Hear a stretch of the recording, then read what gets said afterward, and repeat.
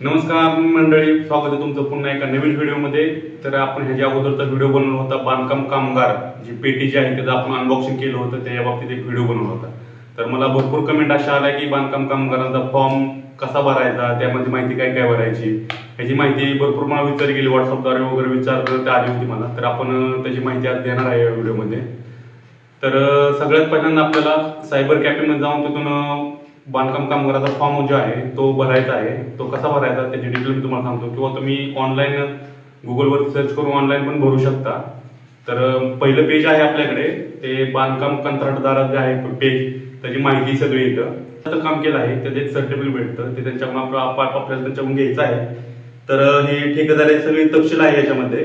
ठेकेदाराचं नाव आहे, ठेकेदाराचं म्हणजे जे कन्सल्टंट ऑफिस असेल वगैरे, कशाचं ऑफिस आहे त्याचं नाव, त्यांचा लायसन नंबर, लायसन किती साली काढले त्याची सगळी डिटेल आहे, ऍड्रेस वगैरे, त्यांचा नंबर आणि त्यांचा सही आणि शिक्का आहे पेजवरती आपल्याला घ्यायचा आहे।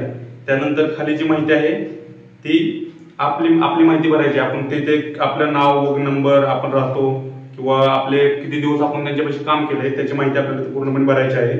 त्यानंतर खाली पण एक सही आणि शिक्का घ्यायची आहे। हे पहिलं पेज झालं। त्यानंतर दुसरं पेज जे आहे ते आहे सोय घोषणापत्र।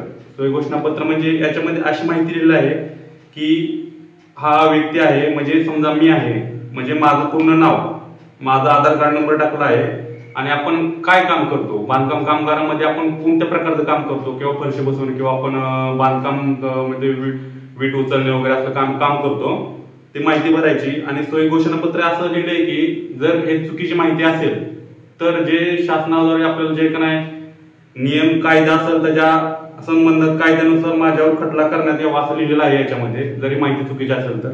हे आहे दुसरं पेज, इथं आपली साईन वगैरे करायची, फॉर्म किती तारखेला भरला हे दाखवायचं इथं। त्यानंतर तिसरं पेज जे आहे ते आपल्या आधार कार्ड मध्ये माहिती भरायची आहे आपल्याला। इथं त्याचं पूर्ण नाव टाकायचं, आधार कार्ड नंबर टाकायचा आणि इथं फॉर्म भरलेली तारीख आणि सही, एवढे 3 फॉर्म आहेत जे आपल्याकडे। ते 3 फॉर्म आपण ऑनलाईन सबमिट करायचे आहे। ऑनलाईन सबमिट केल्यानंतर तर हे फॉर्म भरताना आपल्याला आपल्या फॅमिलीमध्ये माहिती भरावी लागते, जेणेकरून आपण फॅमिली म्हणजे ह्या बांधकाम कामगारात भरपूर प्रमाणात आपल्याला लाभ घेत येतो शासनाकडून। फॉर्म भरल्यानंतर आपण फॅमिलीची याच्यामध्ये नाव पण ऍड करू शकतो। समजा जर आपण आपल्या फॅमिलीत नाव ऍड केले किंवा आपल्याला दवाखान्याला म्हणा, कुठं हॉस्पिटलमध्ये किंवा शिक्षणाच्या बाबतीत म्हणा, तर आपल्याला त्याचा लाभ घेता येतो आपल्याला शासनाकडून। आपल्या फॅमिलीत जे आपण नाव ऍड केले त्यांच्यासाठी आपण लाभ घेतो शासनाकडून। तर एवढी आहे त्याची माहिती। तर अशा प्रकारे तुम्ही पण फॉर्म भरू शकता, घरी पण फॉर्म भरू शकता। जर तुम्हाला काही माहिती असेल तर मला कमेंटमध्ये नक्की सांगा, त्याला 100% मदत केली जाईल, किंवा व्हॉट्सअपद्वारे पण मला कळवा, त्याला आपण त्याची माहिती दिली जाईल। चला भेटूया नेक्स्ट व्हिडिओमध्ये।